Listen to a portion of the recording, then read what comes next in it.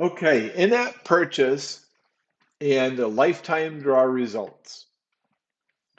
Lifetime draw results allows you to get monthly draw result updates for the life of this product. Everyone says, oh, for the life of the product. Well, as you know, anything in the computer world moves pretty fast. So I will support this as long as I could possibly support this and allow you to get new updates for as long as we can continue to get updates. At some point, underlying technology will have to be updated. Either your computer won't work anymore, or your iPhone will be out of date, or something that makes this work just won't work anymore, and I will have no control over that. But until that happens, you get lifetime updates. Every month you get an update. That's where the in-app purchase and restore comes in. What is this button here? In-app purchase and restore. So if you have an Apple ID, which you probably do because you downloaded the LotterySnitch app from the Apple Store, I don't know, is that even possible without an Apple ID? So you've already got an ID. So the in-app purchase allows you to purchase this lifetime update. If you make the purchase, you get the updates. If you don't make the purchase, you don't get the updates. Your default end date when you go to analytics is going to be December 31st, 2021, and that's never going to change for you until you purchase an update. Now, when you click on this button, it's going to do a few things. First, it's going to go out and check with Apple to see if you've already purchased this update. Now, why does it do this? Well, let's say you bought a new device.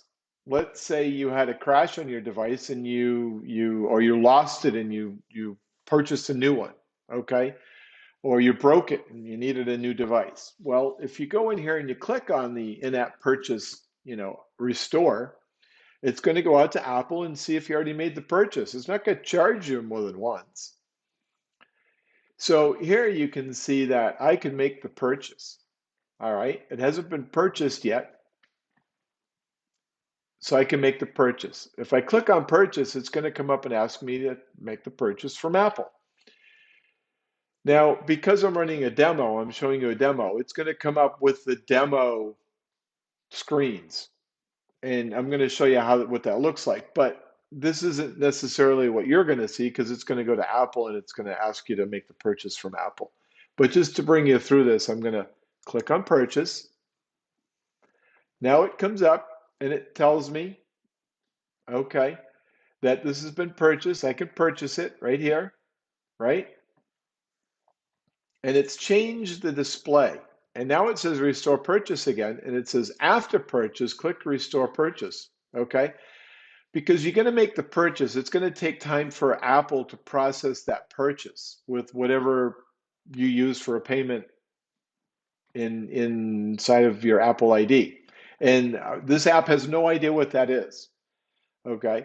You will do the purchase. It's strictly between you and Apple. And then Apple simply sends the app a code that says this purchase has been made. And then the app knows, okay, the purchase has been made, so I can let them have access to this part of the app. So I'm going to complete the purchase. This says it's been done. It says, oh, I'm all set. Okay.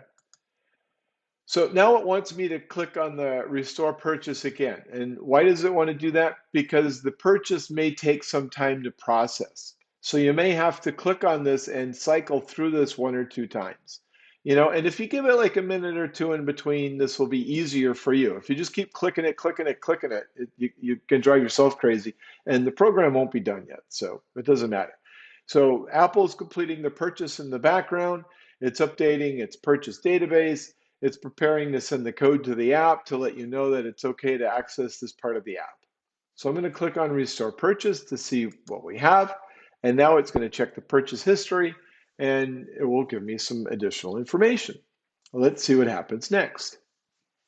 So now it's asking Apple. Oh, look, it's asking for an update. You see now it's asking for an update?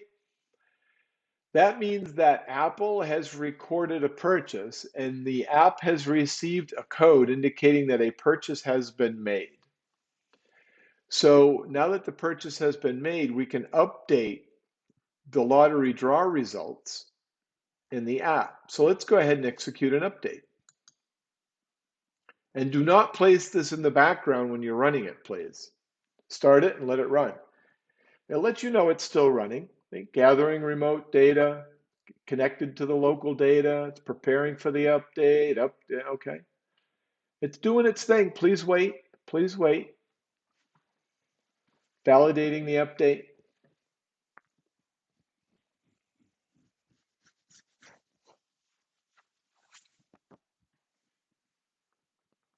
Okay, so what's it get down? Okay, so we have some stuff. This scrolls like the other screens. This scrolls up, down, left, right if it needs to. Okay. So what it's done is it looks like it completed, right? It did all these things and then validation completed. Okay.